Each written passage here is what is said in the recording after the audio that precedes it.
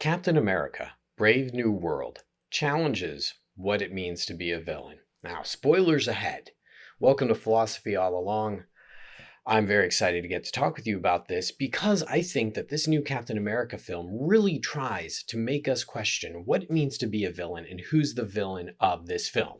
Now, I'm going to say right out the gate that Sam Wilson is the hero.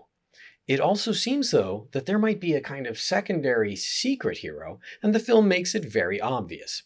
Samuel Stearns, right, the guy who goes around brainwashing people and doing a fair amount of murdering and being pretty awful and visually unpleasant in doing so, which is usually a sign of being a villain, is in fact someone who also says, I'm the hero. He never calls himself the leader, and I really thought it was kind of funny and interesting that he uses almost a name for himself that's similar to the leader by calling himself I'm the hero, but that's also something that we should take seriously because when a narrative says that a character is the hero, it isn't just letting us know that the character is thinking of themselves that way, but it's also kind of a reflection on what the narrative itself is gesturing towards. How might this character be understood as also a hero? So, what is it that he does that might be indicative of him being a hero? Now, one thing that's super interesting is usually between the hero in the film and the villain in a film or a story, what you will see are some parallel narratives, right? So it reminds me a lot of back in Batman 89, where you see all of these parallel scenes between Batman and the Joker, Batman brings Vicky Vale flowers, and then the Joker brings Vicky Vale flowers. We see these things over and over again. Often heroes and villains will have this kind of parallel arcs. We see this between Stearns and, of course, Thaddeus Ross. So Ross is someone who is, I think, really the true villain of this film. He has been torturing other characters, keeping them in black ops sites, keeping all of that fact hidden from the world while he uses that person that he's been torturing and lying to and manipulated to get himself into greater power.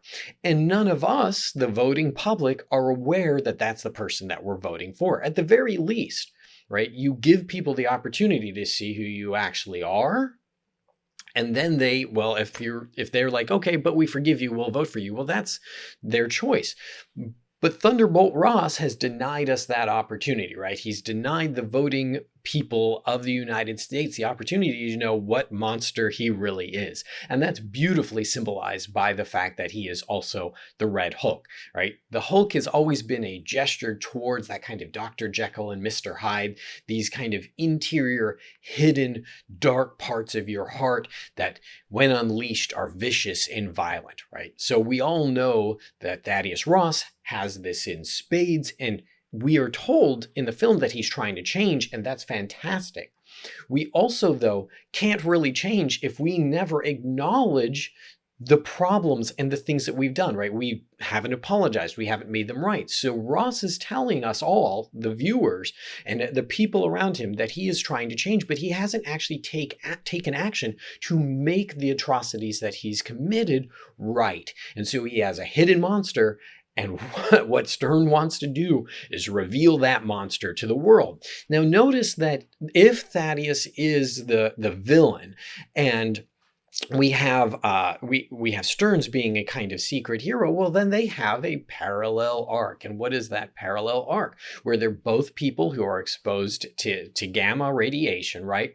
They are both people that kind of have these secrets, these dark pasts, right? And they're both manipulative characters who are using other people around them to achieve their ends, and they also both believe that they're doing the right thing. At the end of the day, right, Thaddeus believes he's doing the right thing for his daughter and for the United States, while Stearns believes that he's helping expose this horrible monster. And they're both characters that go through this space of being kind of hidden in the secret spaces, being exposed to gamma radiation, and then are revealed to the world. So there is an interesting parallel there that reminds us maybe this is a kind of hero and villain relationship. Okay.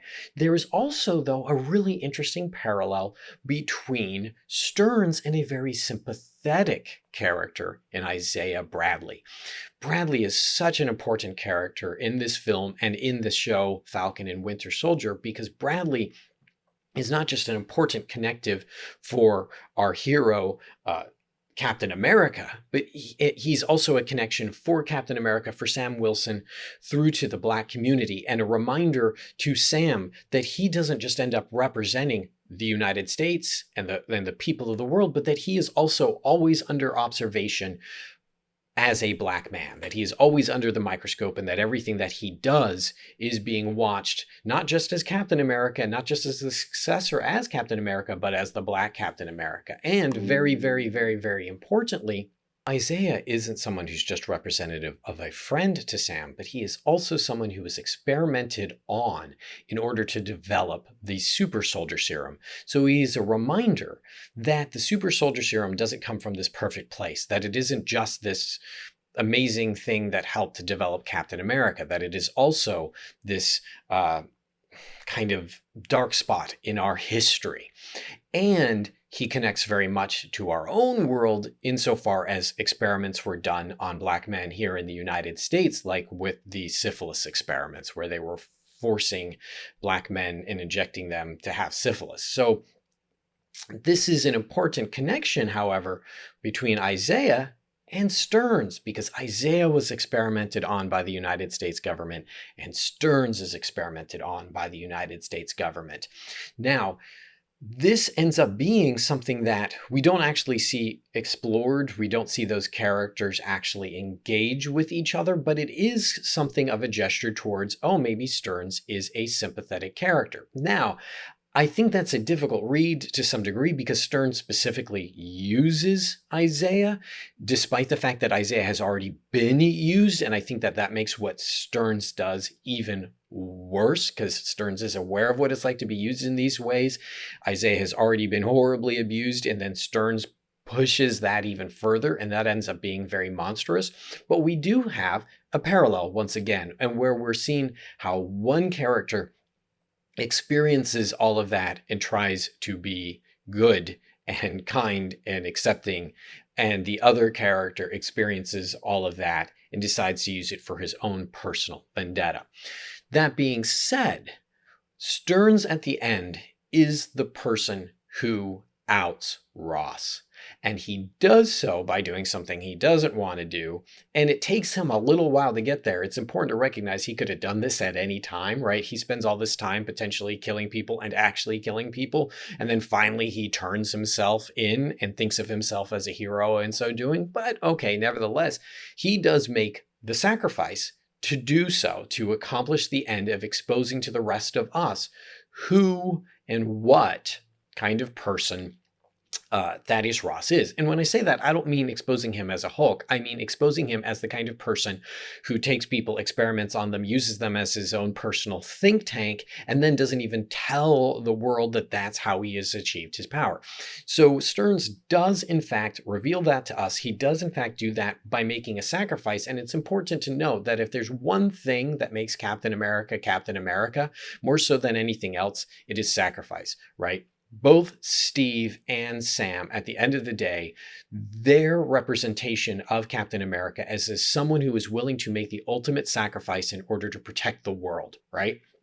So in theory, there's a small parallel there by Stearns being willing to give up his freedom once again in order to achieve this supposedly better end.